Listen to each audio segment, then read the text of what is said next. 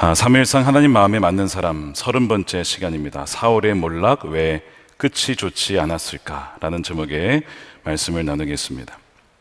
자, 오늘이 여러분의 인생의 마지막이라고 한번 가정해 보시기 바랍니다. 여러분들의 마지막 인생의 모습이 어떠하고 싶으십니까? 당연히 좋고 아름답고 처음보다 나중에 더 좋은 그런 인생으로 마무리되고 싶어 하실 겁니다.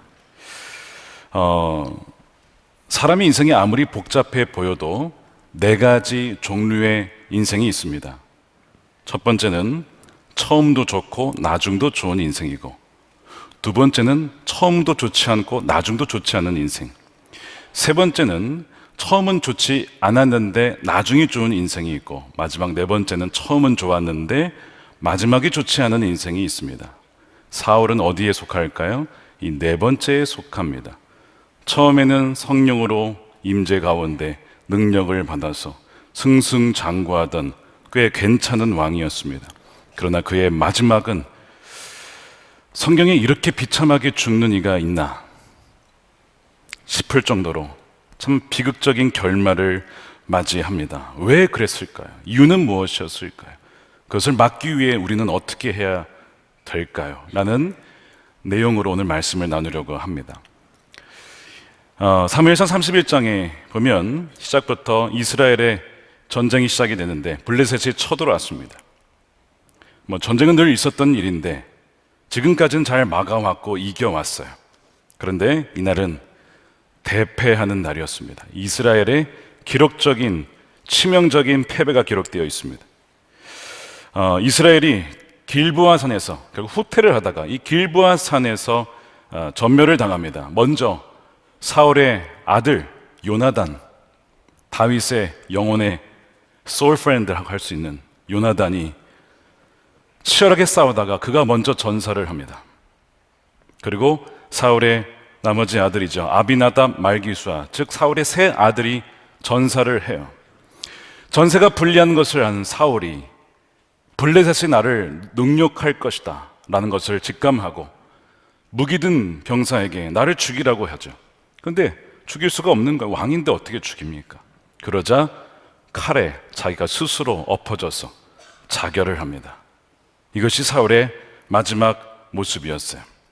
이 패배는 2세대 전에 에벤에셀이라고 하는 지역에서 언약궤를 빼앗기면서 엘리의 아들들이 죽었던 그 치욕적인 그 패배 못지않은 패배였고 버금가는 국가적 재앙이었습니다. 어쩌보면 유례 없는 패배입니다.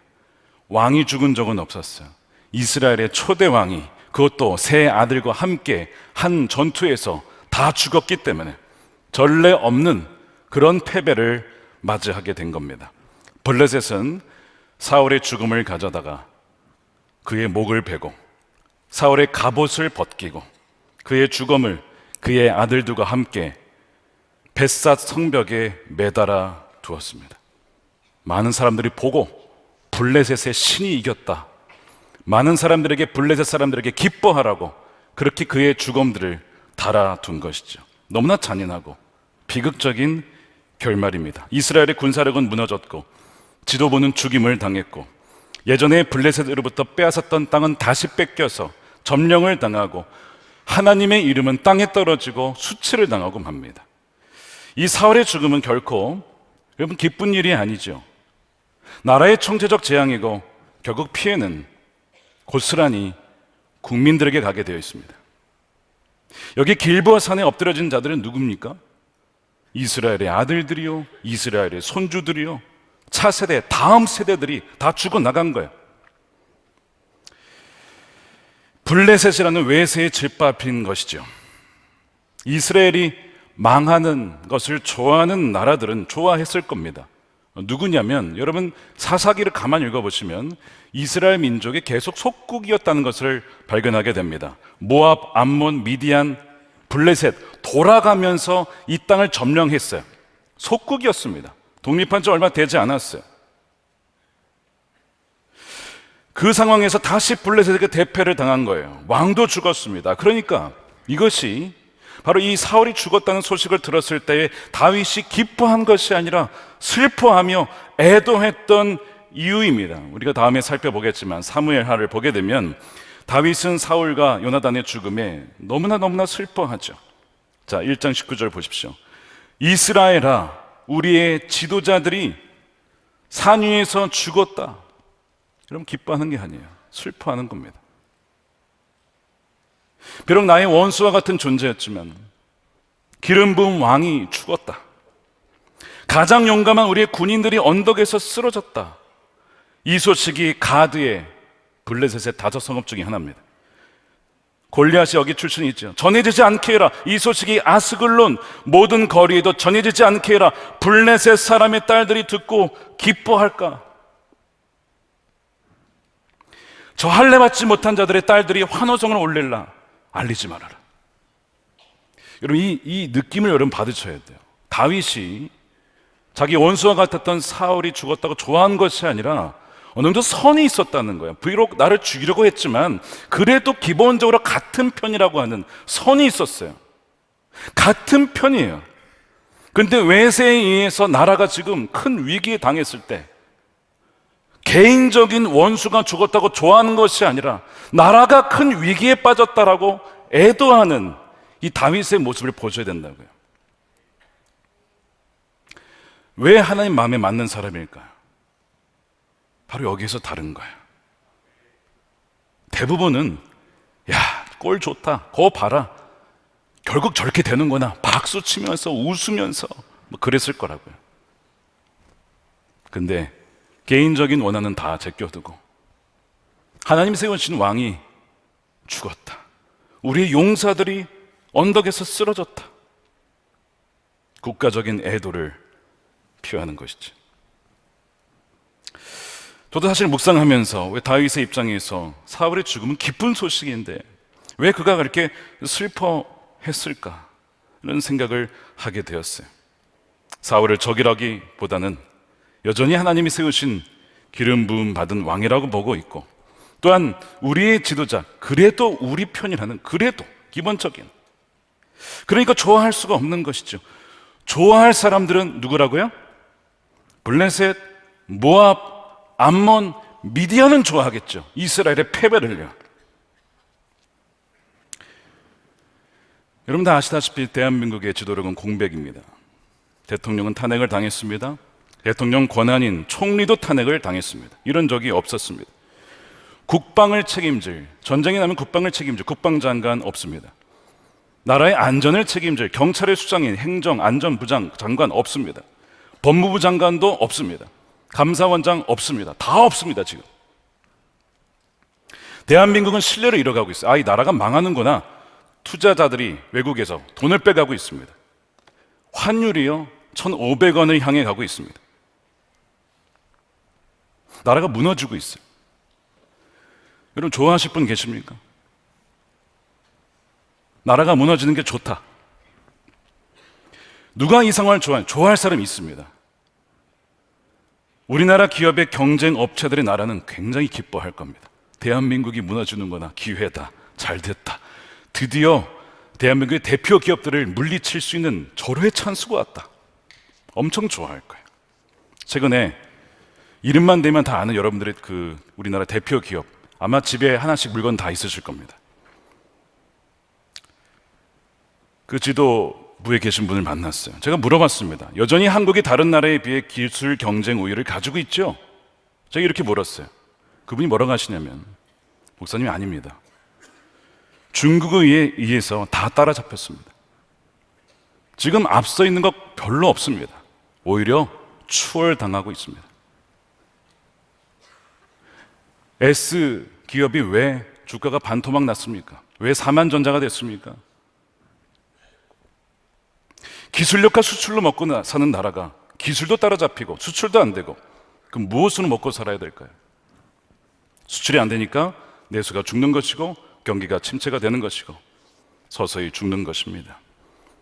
기쁘십니까? 기뻐할 사람은 없겠죠. 대한민국 국민이라면. 왜 이스라엘이 졌는가? 패배 이유가 여러 가지가 있어요. 군사적인 관점에서 보면 전략의 부재이기도 하고, 그러니까 위치를 잘못 잡았어요. 왜 산을 뒤에 두고 전쟁을 합니까? 후퇴하다가 산을 마주치니 죽는 거죠. 전략의 부재예요. 또 하나, 다윗의 부재. 다윗이 있었다면 달랐을 거예요. 만일 사울이 다윗을 죽이려 하지 않고 군대 장관으로 두었다면 이렇게 비참한 패배를 맞이하지 않았을 겁니다. 정치적 관점에서 패배 이유를 보자면 정쟁에 의한 내부 분열이죠. 전쟁의 패배는 사울이 다윗을 시기하여 그의 그 에너지, 군사 3,000명을 계속 다윗을 죽이려고 거기에 에너지를 쏟았어요. 정치적 보복의 결과 이 나라가 내부적으로 다 무너진 거예요. 너무 심하게 싸운 것이죠. 지금 블레셋에 쳐들어온 줄도 모르고 계속 그러고 있었던 것입니다. 왜 다윗이 사울을 죽일 수 있었지만 안 죽였습니까? 물론 하나님 기름 부음 받은 왕이기도 했지만 기본적으로 같은 편 아닙니까? 기본적으로. 그래서 죽이지 않았던 것인데 어쨌든 내부에는 내부 분열 때문에, 정쟁 때문에 나라가 무너지게 된 겁니다. 원팀이었다면 블레셋이 문제였겠습니까? 모압이 문제였겠습니까? 미디안이 문제였겠습니까? 이스라엘의 패배에는 영적인 이유가 있었어요. 두세 대 전에 있었던 에베네셀 전투 패배한 이유와 동일합니다. 그때 왜 졌습니까? 이가봇, 하나님의 영광이 떠나갔기 때문에, 하나님께서 사울에게서 떠나갔기 때문에 동일한 이유예요. 사무엘상 16장 14절입니다. 사울에게는 주님의 영이 떠났고 그 대신에 주님께서 보내신 악한 영이 사울을 괴롭혔다. 성경이 말하는 최고의 복은 무엇이냐면 임마누엘입니다. 하나님이 우리와 함께 하신다. 하나님이 우리와 함께 하시는 하나님이다. 여러분, 이것보다 더한 복은 없는 거예요. 하나님이 함께 하신다면 가장 큰 복을 누리고 있는 것입니다. 현재에도 누리고 나중에도 누리고 영원히 누리게 되는 것이죠. 임마누엘의 복을 누린 여러분 되시기 축복합니다. 그걸 뒤집으면 무엇이 가장 최악의 저주일까요? 그분의 임재를 잃어버리는 겁니다. 더 최악은 임재를 잃어버렸는지도 모르고 살아가는 겁니다. 바로 사울이 그러했어요.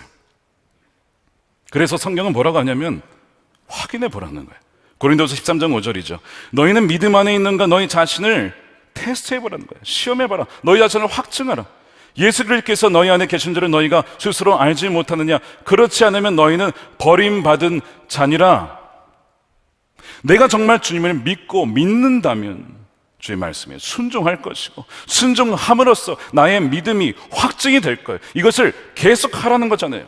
한 번 하라는 것이 아니라 계속 날마다 자신을 시험해보고 확증해봐라. 정기적으로 점검해 보아라. 여러분 안에 주님이 계십니까? 다시 물을게요. 여러분 안에 주님이 계십니까?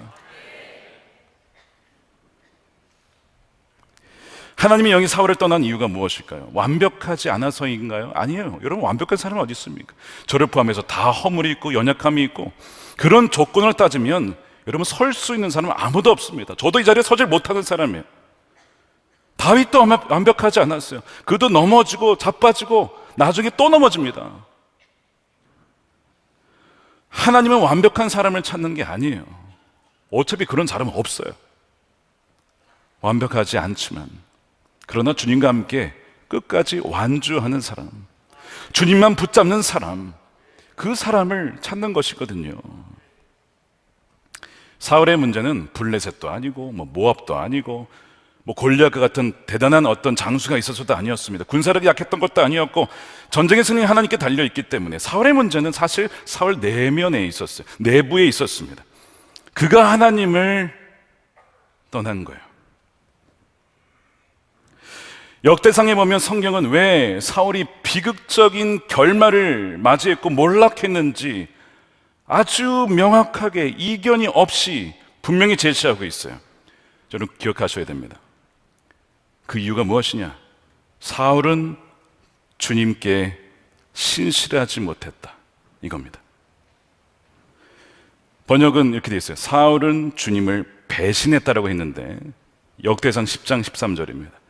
사울이 주님을 배신하였기 때문에, 영어로는 unfaithful이라고 되어 있죠.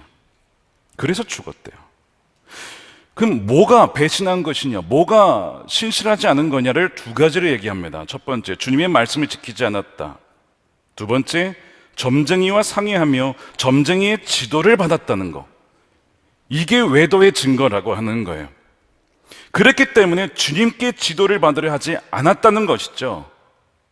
충격적인 이야기는 그래서 주님께서 그를 어떻게 했다고요? 죽이셨대요. 누가 죽이셨어요? 아까 자살했다 그랬는데? 그 모든 상황들, 주님께서 그를 죽이셨다는, 그의 나라를 이세 아들 다윗에게 넘기셨대요. 맡기셨대요. 여러분, 이 배신했다라는 이 unfaithful이라는 단어는 성경에서 언제 쓰이냐면 외도할 때, 바람필 때 쓰는 단어입니다. 배우자에게 신실하지 못했다는 것은 처음에 결혼 언약할 때 서로만을 사랑하기로 약속했는데 그걸 지키지 않고 다른 남자 만났다 이거예요. 다른 여자 만났다는 것입니다. 주님은 그렇게 본 거예요. 누구를? 사울을. 사울이 주님을 놔두고 다른 무엇인가를 의지했다고 본 것입니다. 근데 이게 한 번이었다, 이게 아니에요. 한 번 그랬다 할 수 있어요. 회개해야죠. 그럼 돌이킬 수 있잖아요. 그럼 용서받을 수 있잖아요. 근데 이 unfaithful이라고 하는 이 신실하지 못했다 형용사입니다. 그의 전반적인 성향과 방향성이 계속 그렇게 주를 돌아서서 다른 것을 기웃거렸던 성향을 가지고 있었던 것입니다. 그래서 주님께서 그를 죽이셨다라고 너무나 통렬한 말씀이 기록된 것이죠. 좀 더 자세히 살펴보겠습니다. 자, 페이스풀 하지 못했다는 거 두 가지 이어서 나와요. 첫 번째, 주의 말씀을 지키지 않았다는 것이죠. 자, 어떤 사건이 있었습니까? 사무엘이 와서 제사를 할 수 있도록 기다리라고 했어요. 제사는 왕의 역할이 아니라 제사장의 역할이므로 그 말씀을 지켜서 아무리 급해도 전쟁을 이기고 싶어도 말씀을 지키는 것이 우선입니다. 근데 사울이 어떻게 했습니까? 기다리지 못하겠다는 거예요. 말씀 지키지 못하겠다는 거예요. 왜요? 내가 생각한 어젠다와 계획과 이 전쟁에서 승리해야 하므로 하나님의 말씀이 어떠하든 나는 무조건 이걸 해야겠다. 그래서 제사를 자기가 드려버리고 말씀을 무시하고 나간 거예요. 왕이라도 넘지 말아야 될 선이 있었어요. 그것이 바로 하나님의 말씀입니다. 선악과 먹지 말아라. 단지 과일에 대한 이슈가 아니라 말씀을 순종하냐, 내 권위 안에 들어오느냐 아니냐의 그 문제거든요. 사울은 그것을 벗어났다는 얘기예요. 그것이 성향이었다는 것이죠. 민주주의의 기초가 무엇입니까? 입법과 사법과 행정의 분립입니다. 서로 견제할 수 있어서 어느 한쪽이 장악하지 않도록 분립을 시켜놨어요. 대통령이 되어도 행정부가 사법을, 입법을 건드릴 수가 없게끔. 그런데 마찬가지로 입법부도 그렇게 해서는 안 되죠. 입법도 사법에 대한 판단, 누가 주인인지 아닌지 입법부가 할 일이 아닙니다. 행정부가 어떠할 일인지 행정부가 할 수 있도록 일을 해줘야죠. 그 입법부는 법만 내면 되는 것인데 입법부가 사법과 행정을 다 쥐려 한다면 여러분, 이건 독재입니다. 나눠져 있는 거예요. 사울은 제사장의 역할을 넘어서서 하나님을 무시하고 말씀을 무시한 것이죠. 그래서 이 사무엘상 15장 23절에 뭐라고 되어 있냐면 거역하는 것은 점치는 죄와 같다. 고집을 부리는 것은 우상을 섬기는 죄와 같습니다. 임금님이 주님의 말씀을 버리셨기 때문에 영어로는 reject라는 단어를 썼어요. 거절하고 거부하는 것이죠. 주님께서도 임금님을 버려서 왕이 되지 못하게 하셨습니다. 주님께서도 더 이상 왕을 그 포지션에 둘 수가 없습니다. 왕은 최고 권위자가 아니라 하나님 밑에 나기드인데 당신께서 왕의 하나님의 권위를 무시하였으므로 더 이상 그 포지션은 유지될 수가 없는 것입니다. 이것이 사무엘의 그 당시의 말씀이었어요. 그러니까 여러분, 하나님의 말씀을 읽고 그 말씀에 순종하고 순종하지 않는 거, 여러분 가볍게 여기면 안 된다는 겁니다. 그리스도인의 삶이 일반 사람들과 다른 게 뭡니까? 안 믿는 사람들은 아침에 일어나면 그냥 내가 오늘 어떻게 살아야지 계획하고 그냥 살면 돼요. 열심히 살면 됩니다. 부지런히 살면 됩니다. 4시 반에 일어나서 자기 개발하고 운동하고 열심히 살면 됩니다. 근데 그리스도인의 삶이 다른 건 뭡니까? 그리스도인도 이걸 다 할 수 있지만 일어나서 주님, 오늘 하루 생명을 선물로 주셨습니다. 제가 오늘 어떻게 살기를 원하십니까? 말씀해 주십시오. 깨닫게 해 주십시오. 제가 저의 영의 귀를 열고 있겠습니다. 그러면 그 말씀에 순종해서 하겠습니다. 제가 오늘 미팅이 있는데 그 사람 왜 만나야 됩니까? 만나야 되는 이유를 알려주십시오. 만나기 전에, 만나는 가운데 계속해서 어떤 일을 하든지 우리의 마음의 중심은 주를 향해 있는 것이죠. 이게 그리스도인과 그리스도인 아닌 사람의 차이 아닙니까? 그런데 만약 그리스도인이 마치 안 믿는 사람처럼 똑같이 묻지도 않고 나가지도 않고 살아간다면, 여러분, 그것이 하나님을 거절하는 겁니다. 그것이 한두 번이 아니라 그것이 일반 라이프 스타일이라고 한다면, 여러분, 그것은 사울과 같은 모습이에요. 그래서 예수 동행 기초에 있어서 우리가 말씀 묵상을 강조하는 이유가 여기에 있어요. 하나님이 무엇을 기뻐하시고 하나님 무엇을 원하시고 하나님의 뜻은 무엇인지, 하나님께서 미워하시고 하나님께서 정말 싫어하시는 것이 무엇인지 알아야 되잖아요. 여러분, 배우자가 뭘 좋아하고 싫어하는지 아십니까? 어떤 음식 좋아하고 싫어하는지 아십니까? 싫어하는데 알면서도 그 음식점 가시겠어요? 안 가죠. 사랑한다면 그렇게 하지 않을 겁니다. 그런데 주님이 싫어하신 것을 알면서도 고의적으로, 의도적으로 그렇게 한다면 어찌 그 사람이 그리스도인이라고 할 수가 있겠습니까? 그러니까 우리가 주를 알기에 힘써야죠. 여러분, 뜻을 다해 주님을 사랑하는 것은 바로 그런 거예요. 하나님이 어떤 분이신지, 하나님이 사랑하는 것을 나도 사랑하기를 원하고, 주님이 보는 것을 나도 보기를 원하고, 주님이 사랑하는 자를 저도 사랑하기를 원합니다. 그 마음을 가지고 살아가는 것이 그리스도인 아닙니까? 그래서 이 말씀을 통해서 주님을 알아야 예수님과 동행할 수도 있는 거잖아요. 그래서 우리가 말씀을 보자는 것이고 묵상하자는 것이고, 새해가 시작이 되면 2025년 1월부터 창세기가 시작이 돼요. 너무 좋은 시작이죠. 나 지금까지 말씀 묵상 못했고 나 통독 못했는데, 그러신 분들은 절호의 찬스, 창세기부터 통독과 또한 말씀하기 본문이 시작이 돼요. 청소년과 아이들까지 본문이 다 통합이 되어 있어. 함께 예배하고 가정 예배할 때 대화가 되니까 얼마나 좋은지. 새해에 말씀으로 주님과 동행하는 여러분 되시길 축복합니다. 말씀이 이렇게 중요한 거예요. 주의 말씀이 지키지 않는 것을 가벼이 여기지 마십시오. 두 번째, 무엇을 신실하지 않다라고 보았는가? 너무나 뼈아픈 부분입니다. 점쟁이와 상의하고 지도를 받았다는 점입니다.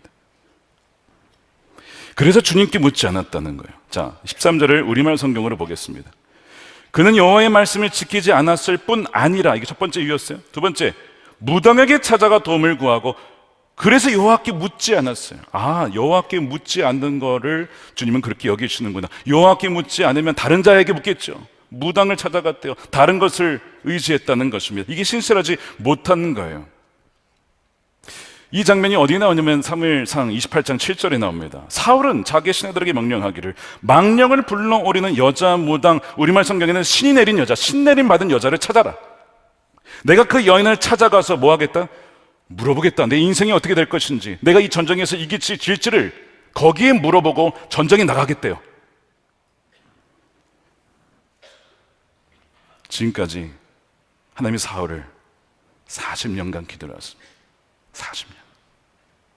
연약해도 회개하고 돌아올 수 있도록 40년이나 기다려 주셨어요. 근데 마지막까지도 주님께 나가지 않고 무당을 찾아가는 사울을 보며 하나님 얼마나 마음이 아프셨을까요? 이것이 비극이에요. 지도자의 범죄는 일반 백성의 범죄와 다 같지 않습니다. 지도자의 범죄는 온 국민들에게 미치게 되어 있어요. 담임 목사가 죄를 지으면 온 성도들에게 미치게 되어 있는 거예요. 그러니까 사단은 계속해서 지도자들이 넘어지기를 온갖 전략과 방법과 불화살을 통해서 쓰러뜨리려고 하는 것입니다. 외세가 쳐들어와 이스라엘을 파멸시키고 찬탈할 빌미를 준 거예요, 이 사울이. 하나님 미워하시는 것이 뭡니까? 여러 가지가 있는데 신접한 자 찾아가는 것을 싫어하십니다. 여러분, 신명기 말씀의 첫 번째가 뭐예요? 나 외에 다른 신을 섬기지 말아라. 우상 만들지 말아라. 다 이 내용이잖아요. 근데 이 무당을 찾아가요? 우상을 섬겨요? 신명기 18장 10절에 당신들 가운데 자기 아들이나 딸을 불 가운데 지나가게 하는 사람과 점쟁이와 복술과 요술객과 무당과 주문을 외우는 사람과 귀신을 불러 물어보는 사람과 박수와 혼백에게 물어보는 사람이 있어서는 안 됩니다. 당신들은 누굽니까? 하나님을 믿는 백성이라면, 진짜 크리스천이라면 이런 사람이 있어서는 안 된다고 하나님께서 모세를 통해 말씀하시잖아요. 이런 일을 하는 사람 모두 주님께서 미워하십니다. 주 당신들의 하나님은 이런 역겨운 일 때문에 당신들 앞에서 그들을 몰아내시는 겁니다. 사울이 잘한 일이 하나 있어요. 무당들을 다 쫓아냈어요, 나라에. 근데 남아있는 무당이 있었어요. 그래서 그 여자 무당을 찾아내라는 거예요. 하나님이 모르시는 것 같아 다 알고 있어요. 사울이 누구를 찾아갔고 누구를 의지했는지. 3년 전 통계인데 2021년에 10대에서 30대 크리스천 청년들에게 점을 본 적이 있느냐라고 물어봤을 때 절반이 봤답니다. 절반이 본 적이 있대요. 왜 봤느냐라고 물어봤을 때 단순한 재미로 봤다가 63%예요. 굉장히 많은 부분이죠. 뭐 재미로 본 겁니다. 미래에 대한 염려 때문에 봤다는 것은 한 11%밖에 되지 않았어요. 기독교인은 점을 보면 안 됩니까? 안 됩니다 라고 답한 비율이 또 50%예요. 재미를 봤으니까 괜찮은 거 아닙니까? 라고 얘기를 하는데 문제는 무엇이냐면 점의 결과가 당신에게 영향을 줍니까? 라는 질문에 60%가 줍니다라고 답했어요. 사주든 점을 본 것이든 어떤 얘기가 재미로 본 건데 살다 보면 그게 신경이 쓰인다는 거예요. 그때 그런 얘기를 했었지. 거기 자꾸 매이는 거예요. 그거를 어떻게 하려면 그 다음에 이걸 하셔야 됩니다. 이걸 하려면 그 다음에 이거 계속 연결되게 만들어 놨어요. 26년간 무속인으로 살다가 2017년에 예수를 만나서 거듭난 심선미라고 하는 성도님이 계세요. 다니엘 기도에 간증하셨죠. 자기가 전 무당인으로서 자기 고객의 과거에 20%가 크리스천이었답니다. 5명 중에 1명. 저희 교회는 없으시죠? 통계상 20%인데 저는 없으리라 믿습니다. 아닌가요? 없으리라 믿습니다. 20%가 크리스천이었대. 그럼 왜 크리스천이 무속신앙에 와서 빠지냐? 물어봤더니 그분이 그러는 거예요. 죄송하게도 하나님을 제대로 믿지 못하기 때문에 불투명한 미래에 대해서 빨리 알고 싶어서 찾아온다는 거예요. 하나님이 능력이 없어서 해결을 못하니까 다른 신에게 해결받기 위해 무속인을 찾아온답니다. 근데 이 점을 보고 나면 양심에 찔리는지 이렇게 한대요. 회개하면 되지 뭐. 회개를 한답니다. 다시는 점을 보지 말아야겠다. 그래 놓고서 다시 온다는 거예요. 이게 반복이랍니다. 그러면서 이분이 간절히 전 무당으로서 당부하시기를 잘 들어보세요. 이런 얘기를 하셨습니다. 점을 보는 것은 돈을 주고 사망을 사는 길입니다. 돈을 주고 죽음을 사는 거라고요. 이게 사울이 한 일이에요. 사울이. 그리고 이것이 우리에게도 일어날 수도 있는 일이에요. 왜 그런가? 여러분, 점집을 가지 않아도 아까 사무엘의 말 중에 이런 말이 있었습니다. 뭐라고 되어 있었냐면 23절에 거역하는 것은 곧 점을 치는 자와 같습니다. 뭘 거역한다는 거예요? 하나님의 뜻을, 하나님의 말씀을, 하나님의 의도를. 내 이웃을 내 몸과 같이 사랑하라. 하나님을 마음과 뜻과 목숨을 다해 사랑하라. 우리가 알잖아요. 우리가 다 안다고요. 근데 그것을 거역합니다. 이기적으로 살아갑니다. 탐욕스럽게 살아갑니다. 나누지 않습니다. 알고도 거역하는 건 뭐라고요? 점치는 거예요.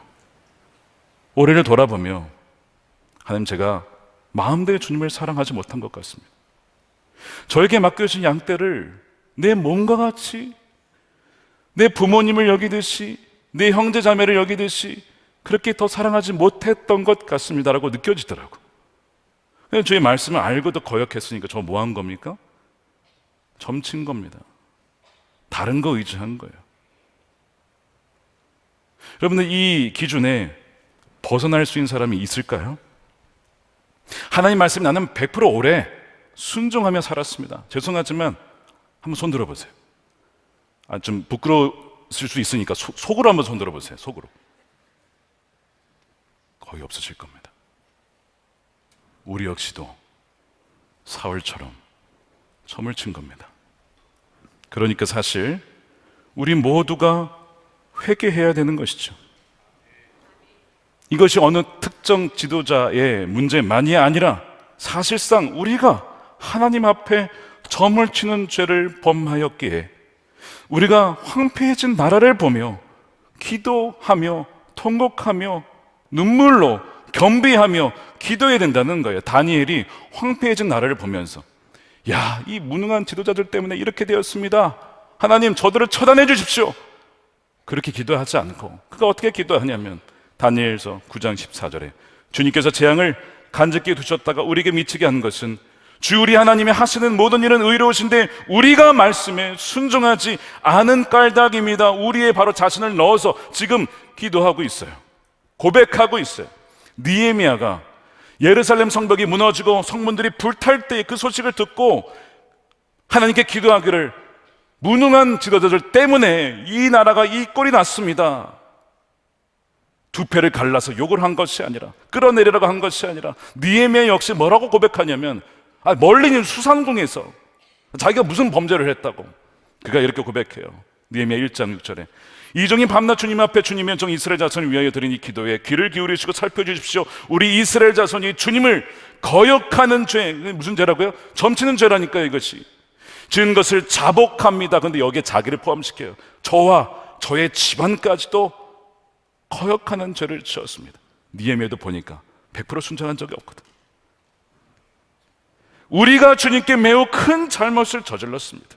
주님의 종 모세를 시켜 우리에게 주신 계명과 율례와 규례를 우리가 지키지 않았기 때문에 예루살렘 성벽이 무너지고 불타고 회복되지 못한 채 저렇게 백성들이 고난을 받고 있는 것입니다. 주여, 우리의 죄를 용서해 주십시오. 다니엘이나 느헤미야나 에스라나 하나님에 깨어있는 백성들은요, 팔을 가른 것이 아니라 우리의 죄입니다.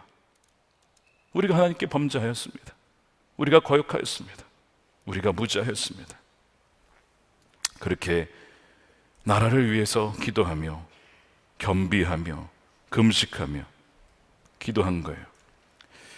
한국교회가 부흥하고 나라가 성장하니까 어느덧 배가 불러서 예배를 드리긴 하지만 우리가 어느덧 소홀히 드리지는 않습니까?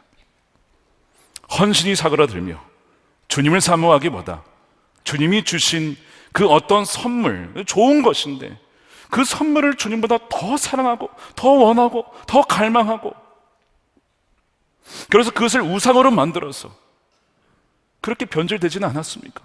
이것이 지금 한국교회 목회자뿐만 아니라 우리 성도들의 모습이 아닌지, 그리하여 주님이 재앙을 보내신 것이 아닌가를 우리는 이 말씀들을 통해서 우리를 점검해 봐야 된다는 거예요.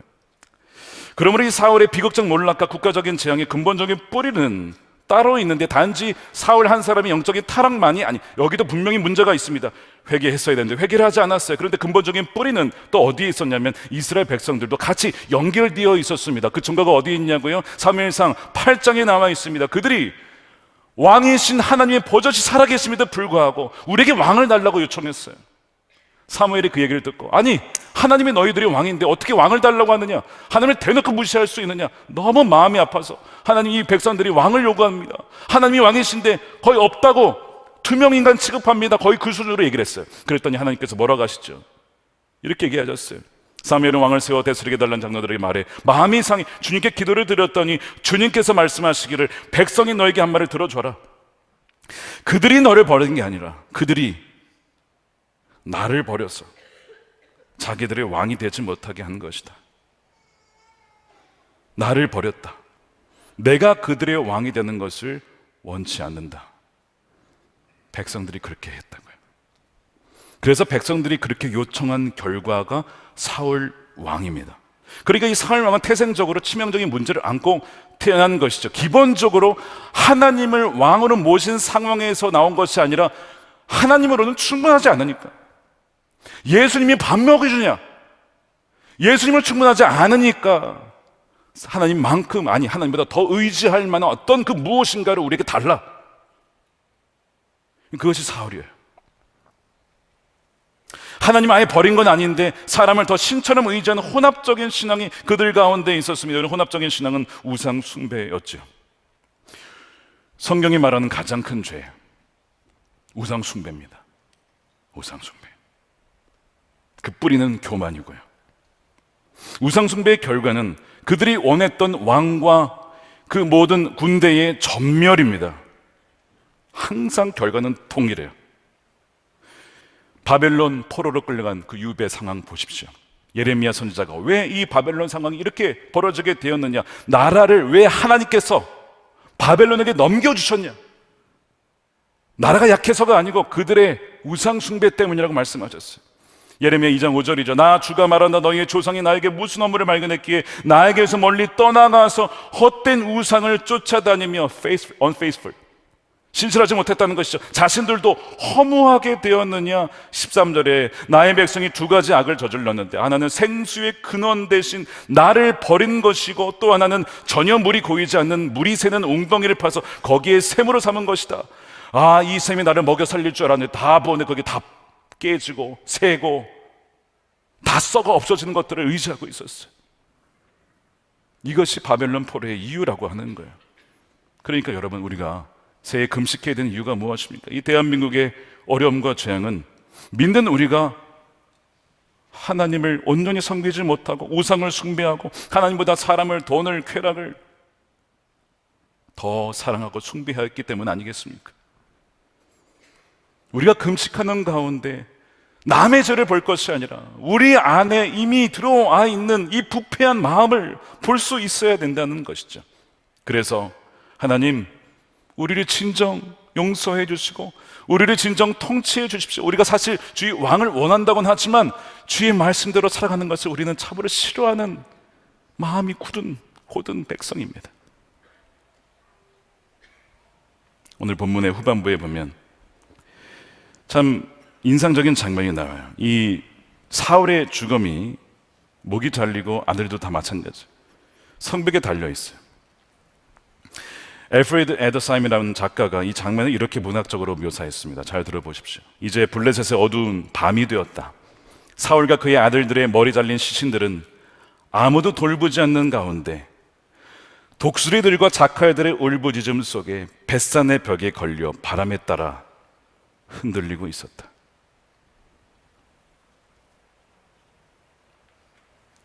얼마나 비극적인 장면입니까? 근데 누군가가 이들을 긍휼히 여긴 자들이 있었어요.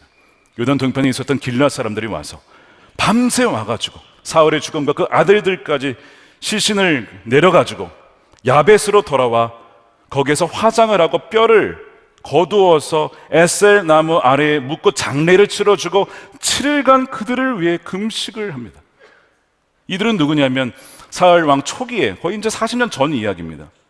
이들이 위기에 처했을 때에 사울이 군대를 이끌어서 이들을 지켜주었어요. 큰 승리를 거두었어요. 그 40년 전에 그 사건을 기억하고 사울과 그의 아들들의 비극적인 죽음을 맞이해서 누구도 건드리지 않을 때에 가서 그들의 장례를 잘 치러주었습니다. 은혜를 기억한 거예요. 나중에 다윗이 그 소식을 들었어요. 길앗 사람들에게 너무 감사합니다. 장례를 잘 치러줘서 너무나 감사합니다. 저도 당신들을 잊지 않겠습니다. 당신들을 저의 평생 지켜주겠습니다. 그리스도인의 품격입니다. 품격 있는 그리스도인.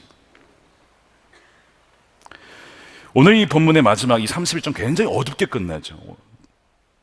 마지막 부분이 어떤 희망도 보이지 않는 것 같습니다.